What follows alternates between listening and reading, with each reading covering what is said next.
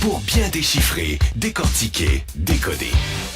Voici Louis-Philippe Brûlé. Bon, de retour à l'émission, plusieurs sujets de santé publique encore cette semaine pour Patrick Filion, microbiologiste et professeur au Cégep de l'Outaouais. Salut Patrick. Salut LP. Je veux commencer avec une bonne nouvelle, la pénurie de Tylenol, Advil et autres médicaments du genre pour enfants serait finalement sur le point de se régler au Canada.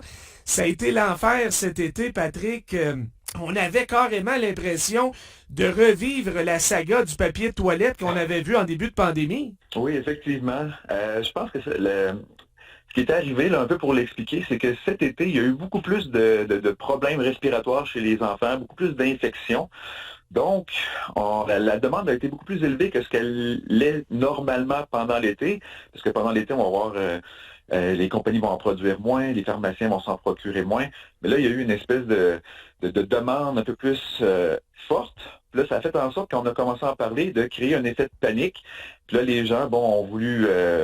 quand on pense à la santé de nos enfants, on agit un peu de façon irréfléchie jusqu'à un certain point. Donc, on a fait un petit peu peut-être des réserves. On a voulu en acheter de peur de ne pas en avoir quand on en aurait besoin. Ce qui a fait en sorte que ça a créé une pénurie un peu partout, puis un peu de panique. Donc, c'est ça. Maintenant, on va essayer de restabiliser l'offre qui va égaler la demande. Donc, on devrait avoir là, une situation qui est beaucoup plus normale dans les semaines qui vont venir. Là. C'était pourtant un peu prévisible, Patrick, avec la fin des mesures sanitaires un petit peu partout dans le monde, non? Bien, la fin des mesures, oui. C'est ça, encore une fois, l'été, normalement, on a beaucoup moins d'infections respiratoires. Là. Avant la COVID ou pendant la COVID, l'été, normalement, était une période un petit peu plus tranquille. Mais avec les fameux variants, là, BA5, BA4, on a vu une transmission beaucoup plus marquée cet été que par les années passées. Mais il y a aussi d'autres virus circulatoires là, qui ont frappé un petit peu plus fort. Là. Pas juste la COVID, là, on l'a vu dans les hôpitaux pédiatriques. Là. Je peux faire un petit témoignage vite. Là. Je suis allé au CHIO la semaine dernière avec mon plus jeune, pas pour une infection respiratoire, pour autre chose, mais c'était chargé de monde, ça toussait là, mon ami. Oui, écoute, ils ont battu des records d'attente au CHIO. Là. C'est du jamais vu dans l'histoire du CHIO. Oui, écoute, LP, c'était fou. Là. Nous, on nous a dit après 5 heures d'attente qu'il y en avait encore pour 10 à 15 heures. Parce qu'il n'y avait pas de médecin, tout simplement. Donc, écoute, c'était quelque chose, on a fini par quitter. Nous, c'était un problème au niveau des yeux, donc c'était pas relié à la respiration ou quoi que ce soit. Donc, on est allé voir un optométriste le lendemain. Mais écoute, c'est quelque chose. Donc, tout ça fait en sorte qu'il y a eu pénurie de médicaments. Ça devrait se résorber. Donc, cet été a été vraiment un été particulier, là, pas juste au niveau de la COVID, mais de plein de types d'infections respiratoires. OK. Deuxième sujet, le nouveau vaccin bivalent de Pfizer qui a été autorisé il y a quelques jours par Santé Canada. Est-ce que c'est pas mal un copier-coller de celui de Moderna? Sinon, c'est quoi la différence, Patrick? À LP, il y a une belle différence. Moderna, on se rappellera, donc c'était un vaccin qui contenait le virus original et le virus ou variant Omicron. Donc c'était déjà bien, on avait une espèce d'avancée par rapport au vaccin original. Mais là, ce que Pfizer offre, c'est un vaccin qui, contient le virus original, ça c'est une chose, mais les variants les plus actifs présentement, donc BA4 et BA5. C'est BA5 là, qui représente peut-être 85-90% des cas de COVID là, qu'on voit présentement. Okay. Donc c'est le plus à jour sur le marché présentement, là. Clairement, là. Écoute, moi j'ai reçu mon Moderna il y a quelques semaines, mais ceux et celles là, qui pensent aller se faire vacciner, qui iront dans les prochaines semaines, auront peut-être la chance justement de recevoir le vaccin de Pfizer qui est offert là, pour les 12 ans et plus. Donc, c'est vraiment un vaccin là, qui, pour l'instant, on espère qu'il n'y a pas d'autres nouveaux variants qui vont arriver, là, mais ce serait celui là, qui est le plus près de la réalité qui nous frappe présentement. Donc, ce serait vraiment un vaccin intéressant à recevoir parce qu'il va nous protéger spécifiquement contre les variants qui circulent le plus. Donc, c'est vraiment... je dis pas que Moderna est dépassé, donc c'est quand même des vaccins qui sont efficaces, mais Pfizer risque d'être celui qui l'est le plus parce qu'il va vraiment cibler spécifiquement les variants que l'on voit présentement. Rappelons qu'on peut demander d'avoir un vaccin en particulier si on se prend d'avance. Oui, j'avais le choix de recevoir les vaccins originaux ou de demander le bivalent. Parce que peut-être des gens ne sont pas confortables avec, encore une fois, un nouveau vaccin. Mais moi, j'en ai fait la demande, j'ai eu le bivalent de Moderna. Donc, ce sera un peu la même chose. Dans les prochaines semaines, là, c'est des millions de doses qui devraient arriver au pays. Donc, vous aurez peut-être l'opportunité de demander le vaccin là, qui vous convient le mieux, je vais le dire comme ça. Mais je pense que celui de Pfizer offre un avantage assez important là, quant à la similitude avec les variants qui circulent. Par ailleurs, vaste étude qui commence au Québec. On veut établir un portrait global de la COVID-19 chez les jeunes. On s'en va où avec ça, Patrick? Et pourquoi c'est important de réaliser ce genre d'études? Oui, dans le fond, c'est une étude statistique. Donc, on veut voir là, ou évaluer le nombre d'enfants, là, les 0-4 ans surtout, là, qui sont ou qui ont été infectés. Donc, on estime là, environ à 2 tiers à 3 quarts des enfants qui auraient déjà eu la COVID. Donc, si vous regardez autour de vous, là, il y a beaucoup d'enfants qui l'ont eu, qui ont été infectés. Donc, on veut voir au niveau statistique, donc, quelles sont les régions peut-être qui sont les plus touchées. Ce qui peut nous donner des indications là, sur peut-être des problèmes respiratoires qu'on devra traiter là, dans les semaines, dans les mois, dans les années à venir, parce qu'on sait que un certain pourcentage des personnes, enfants ou adultes, qui ont contracté la COVID, là, peuvent avoir des conséquences ou des séquelles à moyen long terme. Oui. Donc, on peut essayer d'évaluer tout ça, de prévoir certaines stratégies au niveau médical là, pour mieux faire face là, à cette nouvelle réalité-là de problèmes respiratoires qui peuvent durer quelques mois, quelques années. Parlant d'études, il y en a une qu'on va surveiller en France dans le but de simplifier les traitements de chimiothérapie, évidemment pour les patients atteints de cancer. Qu'est-ce que tu peux nous dire là-dessus? C'est assez intriguant et intéressant.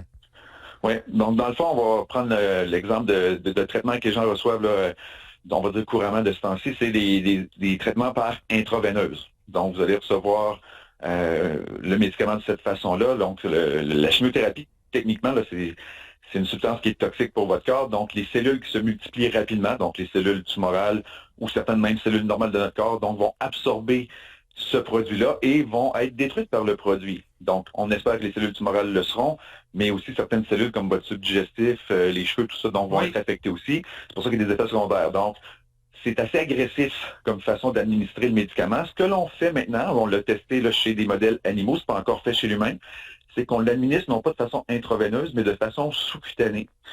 Jadis, sous-cutané, ça marchait pas super bien parce que le produit que l'on injecte, le produit, on va dire, de la chimiothérapie comme tel, est un produit qui est pas très soluble, qui a de la difficulté à diffuser. Donc, quand on l'injectait sous-cutané, il stagnait dans les tissus localement, puis il nécrosait les tissus, donc c'était vraiment pas l'idéal. Okay. Quand donc, tu dis sous-cutané, là, donc c'est une piqûre, là. C'est une piqûre, oui. OK. On va injecter à ce moment-là le médicament littéralement sous la peau et non pas dans les veines directement. Donc, le médicament va diffuser de façon plus, je veux dire, délicate ou de façon plus progressive dans le corps du patient, ce qui fait en sorte qu'on va avoir un effet peut-être moins désagréable pour le patient et un traitement qui est plus facile à administrer, donc qui pourrait même être administré à la maison. Donc, il y a plusieurs aspects positifs. Et l'étude même démontrait qu'il y avait peut-être une augmentation de l'efficacité. Ça reste à démontrer pourquoi ou comment, mais le fait de l'administrer de cette façon-là ferait en sorte que ça serait peut-être plus efficace. Donc, pour l'instant, au modèle animal, ça serait vraiment très, très, très positif. Donc, si on peut, dans un avenir rapproché, là, on parle de peut-être quelques mois, même plus quelques années, transposer ça chez l'humain, ça serait vraiment très, très, très, je comprends. Très bien. Ouais. Un game changer qu'on pourrait dire en anglais. Là, on s'emballera pas trop vite, là, mais wow! Non, c'est des bonnes nouvelles de ce côté-là. Donc, on parle beaucoup microbiologie, médicaments contre la COVID et tout, mais on le sait, il y a encore beaucoup de gens qui souffrent de tumeurs de cancer, donc d'avoir des façons un petit peu plus, on va dire, nouvelles, plus sécuritaires, puis peut-être plus efficaces d'administrer les médicaments, ce serait génial pour tous ces patients-là. Et en terminant, il y a une mise en garde de l'ONU, Patrick, qui craint une explosion des cas de choléra en Haïti, ce qui avait causé quand même, plus de 10 000 morts en 2019?